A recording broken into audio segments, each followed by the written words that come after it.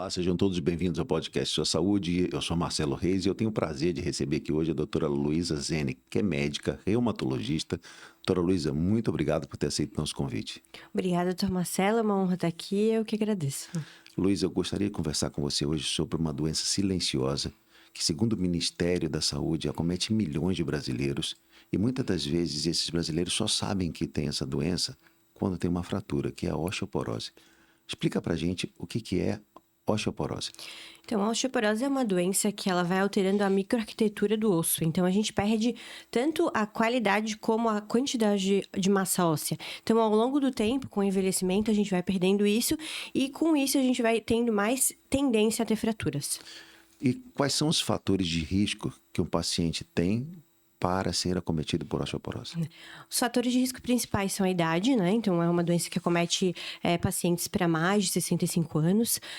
Ser mulher também é um fator de risco, né? O sedentarismo é um dos fatores de risco também principais.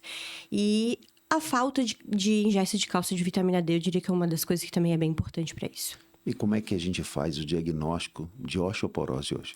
O diagnóstico de osteoporose, principalmente, é feito por densitometria óssea, que é um exame que vai avaliar essa quantidade de massa óssea que a gente tem no momento que a gente faz o exame.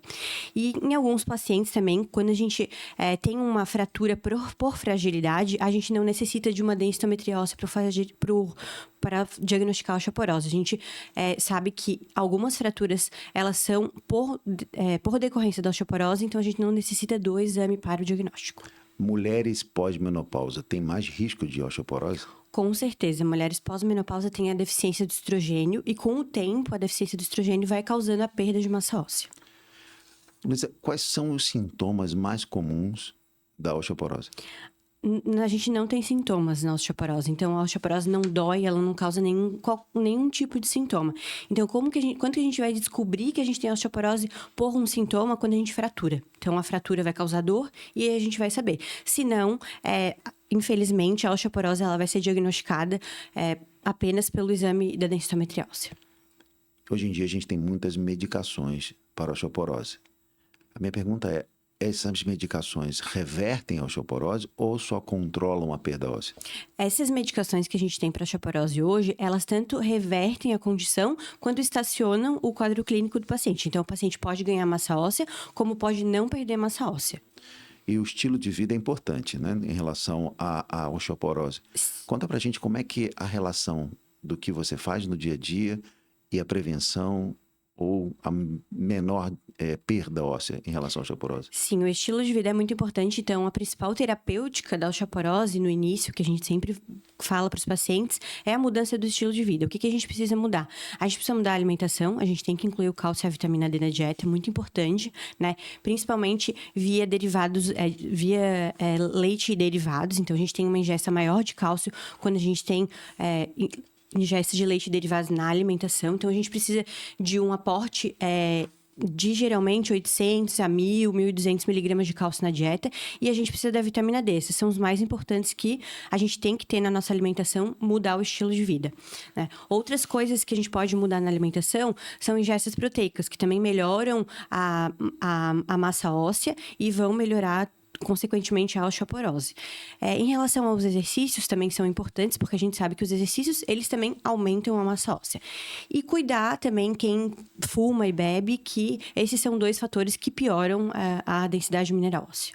A osteoporose tem alguma relação com outra doença reumatológica, como artrite? Sim, a artrite reumatoide é uma das doenças que levam à perda de massa óssea por si só, pela doença inflamatória, e também pelo uso crônico de glicocorticoides. Luísa, quais são as novas abordagens que a gente tem hoje para a osteoporose? Hoje, além dos tratamentos convencionais que a gente já conhece, que são os antirreabsortivos, que são alendronato, risendronato, que a gente conhece mais, a gente tem os formadores de osso, que são denominados anabólicos. Essas medicações, elas são usadas mais para pacientes que têm osteoporose grave, com múltiplas fraturas, e eles vão melhorar a massa óssea em geralmente 1 a 2 anos, muito mais rápido do que esses outros medicamentos antirreabsortivos e também redução do número de fraturas. Fiz o diagnóstico de osteoporose. Como é que eu faço o acompanhamento ao longo do tempo da minha osteoporose? É importante acompanhar com um profissional que saiba tratar a osteoporose, que são os reumatologistas, endócrinos, os ortopedistas, fazer o diagnóstico da osteoporose, principalmente classificar pelo risco de fratura. Porque hoje, com esses novos medicamentos que a gente citou anteriormente, a gente consegue escolher o melhor tratamento medicamentoso, além dos tratamentos não medicamentosos que a gente já citou, para poder tratar melhor a osteoporose. Então, pelo risco, que a gente usa a calculadora FRAX, que é da Abraço, que é da Sociedade de Osteoporose, a gente consegue classificar o paciente e dar o melhor tratamento para ele. Uma pergunta comum é, eu consigo prevenir a osteoporose ou é inevitável? A gente consegue prevenir sim. A gente começa lá desde os 30 anos, né? Onde a gente termina o pico de massa óssea. Então, é importante a gente ter uma ingesta boa de cálcio e vitamina D nesse momento na nossa vida.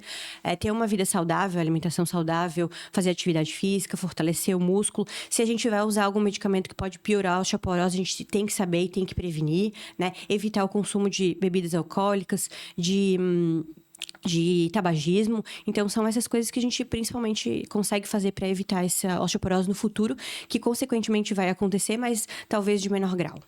É importante dizer que os pacientes não devem se medicar.